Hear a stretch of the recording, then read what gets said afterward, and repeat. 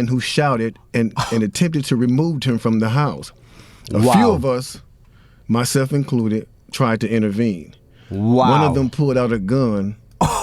Now, in case you didn't know, I've been saying this for the longest. The music industry is super satanic, super demonic, and we're about to find out why. And something to do with prisons. Oh my! Firing to make it in this business, and just to give them a forewarning of some of the evil things that goes on. That's been going on within the music scene and behind the music scene as well. You know, so getting right down to the issue at hand, I just want to say to all my fellow hip hop artists and hip hop fans that we have been had again.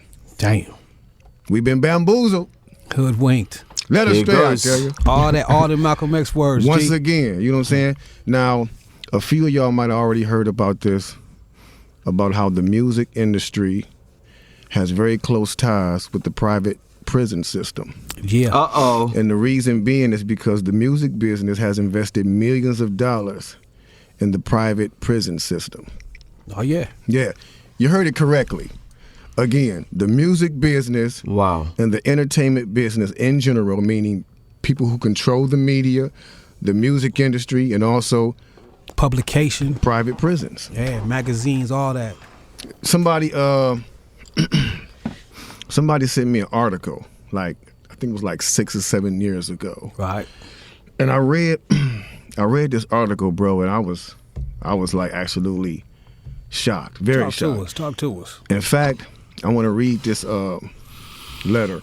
I mean, this article, but it's actually a letter that was written by somebody that was a decision maker at a major label. Shot caller. And we're about to get something exposed to us that is deep. Decision maker, and this person didn't want to let go of this secret because it could put his entire family in danger. I'm on about, like, you know, where people just vanish. Oh, we don't know what happened. The whole entire family just vanished from the face of the earth. Let's hear it. Said, you know, he was invited to a very special meeting about the future of hip hop back in 1991. Okay. Wow. Long time ago. Here's what he said. This is how the events went down at the meeting. Break it down, man. Okay, just ride with me, okay? Because I'm reading this. Oh, this is real. Hold on, wait. Let me try to. Way out article too, man. You know what I'm saying? When he told me on telephone about this, wait till y'all hear this, G. You know what I'm saying? It's just it's mesmerizing how these people do. You know what I'm saying? The plans that they got for the down, for how far they will go. You know what I'm saying? To make people, you know, actually evil. slip in society. You know what I'm saying? Okay, so it says, and the title of the letter is "The Secret Meeting That Changed Rap Music and Destroyed a Generation." Damn. Wow. So it says, hello. After more than 20 years, I finally decided to tell the world what I witnessed in 1991, which I believe was one of the biggest turning points in popular music and ultimately American society. I have struggled for a long time weighing the pros and cons of making my story public, as I was reluctant to implicate the individuals who were present that day. So I've simply decided to leave out the names and all the details that may risk my personal well-being and that of those who were, like me, dragged into something they weren't ready for. Damn. Hold on, let me So we gonna tell the story. We gonna tell the story. We ain't scared. You know what I'm saying? What they gonna do? They after us, not just playing. Look, that black van. So look. So This he says is crazy, man. between the late 80s and early 90s, I was what you may call a decision maker with one of the more established companies in the music industry. I came to Europe in the early 80s and quickly established myself in the business. The industry was different back then, since technology and media weren't accessible to people like that, like they are today. The industry had more control over the public and had the means to influence them any way it wanted. Right. This may explain why in early 1991, I was invited to attend a closed-door meeting with a small group of business insiders to discuss rap music's new direction. Rap music's new direction. Yeah. Little did I know we would be asked to participate in one of the most unethical and destructive business practices ever seen. Crazy. Wow. So this was the meeting. The meeting was held at a private residence on the outskirts of Los Angeles. I remember about 25 to 30 people were being there. Right. Most of them familiar faces.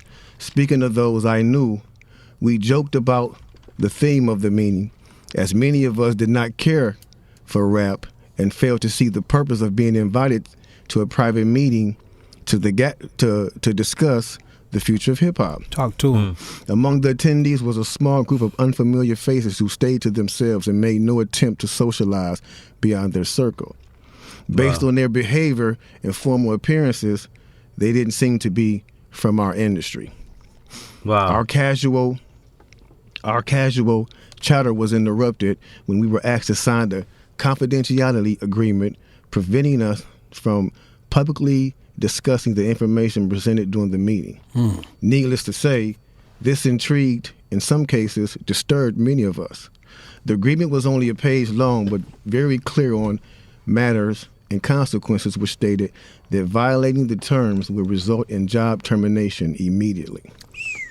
So basically, they got them to sign the NDA, non-disclosure agreement, forms, and everybody started panicking, like, wait a minute, I thought this was just a normal, what did I get myself into? I mean, I would imagine, like, you knew you coming for normal business stuff, and then all of a sudden we asked several people what this meeting was about and the reason for such secrecy, but could not find anyone who had the answers for us.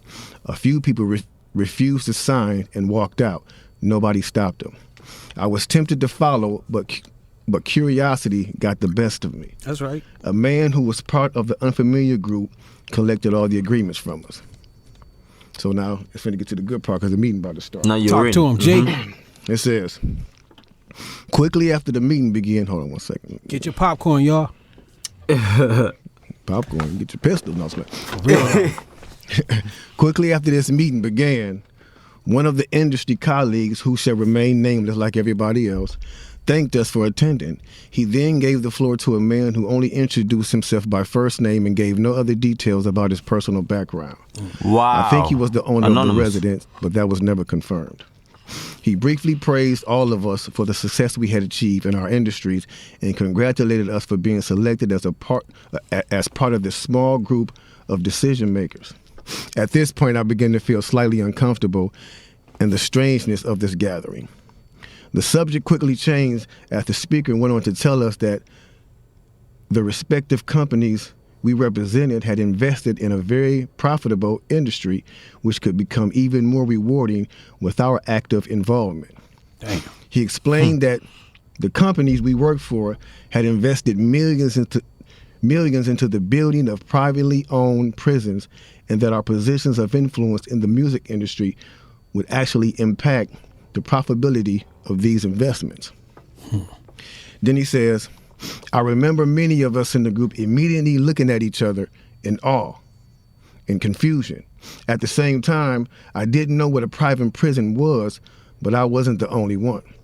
Sure enough, someone asked what these prisons were and what any of this had to do with music. We were told that these prisons were built by privately owned companies who received funding from the government based on the number of inmates. Mm-hmm. The more inmates, the more the government would pay these prisons. Mm-hmm. Wow. You're going to end up losing your soul, man. If all you want is clout, chasing fame and all of this, you're going to end up losing your soul. Getting the entire world, yes, and then losing your soul in the process. What is the point? It was also made clear to us that since these prisons are privately owned, as they become publicly traded, we'd be able to buy shares. Oh. Most of us were taken back by this. Again, a couple of people asked what this had to do with us. At this point, my industry colleague who had first opened the meeting took the floor again and answered our questions. He told us that since our employees had become silent investors in this prison business, it was now in their interest to make sure that these prisons remain filled. Wow. Our job would be to help make this happen by making music which promote criminal behavior, rap being the music of choice. He assured us that this would be... Does this not sound like a meeting that took place in hell okay, what should we do? We need more, more suffering, more this, more, people, So, yeah, let's do this. They take it up, to Earth while possessing humans, and they sit down and then they say, okay, this is what we're gonna do. It sounds straight from the devil, literally. A great situation for us because rap music was becoming an increasingly profitable market for our companies, and as employees, we'd also be able to buy stocks in these prisons. Immediately, silence came over the room. You could have heard a pin drop. I remember looking around to make sure I wasn't dreaming and saw half of the people with dropped jaws. My days was interrupted when someone shouted, "Is this a fucking joke?" At this point, things became chaotic. Right. Two of the men who were part of the unfamiliar group grabbed the man who shouted and attempted to remove him from the house. A few of us, myself included, tried to intervene. One of them pulled out a gun, and we all backed off. They separated us from the crowd, and all four of us was escorted outside. My industry colleague, who opened up the meeting earlier, hurried out to meet us and reminded us that we had signed an agreement and would suffer the consequences of speaking out about this publicly, or even those who attended the meeting. Damn. I asked him, why was he involved with something so corrupt? And he replied, it's bigger than the music business and nothing we can do. No, it's bigger than the music business and nothing we want to challenge without risking consequences. That's literally what I was saying earlier on. It's satanic. It's literally from the devil himself, direct. It's bigger than the music. What does that sound like? It's part of the New World Order. It's bigger than this. It's all part of a global thing that's, the world needs to head towards this way.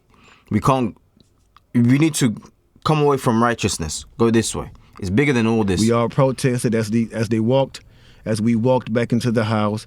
I remember word for word the last thing he said. It's out of my hands now.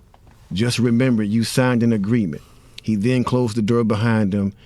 The men rushed us to our car and actually waited until we drove off the property. Damn. So this meeting, bro. Now that's a lot for a meeting right there. That's a lot. Oh yeah, definitely. And this person later on, he said, this person actually ended up leaving the music industry after this happened. A few years after this, he ended up leaving the music industry. Okay. And he said he just over the years he just felt guilty because he said as he sat back and he watched these plans come to a reality over 2 decades. He sat back and was like, wow, they really pulled it off. Yeah. They really pulled this off. He was lying. like, they were told not to sign any more political rappers, any more rappers that had messages in their music. No positivity. It was all to be gangster rap music that they promoted and put out. Wow. Goodness me.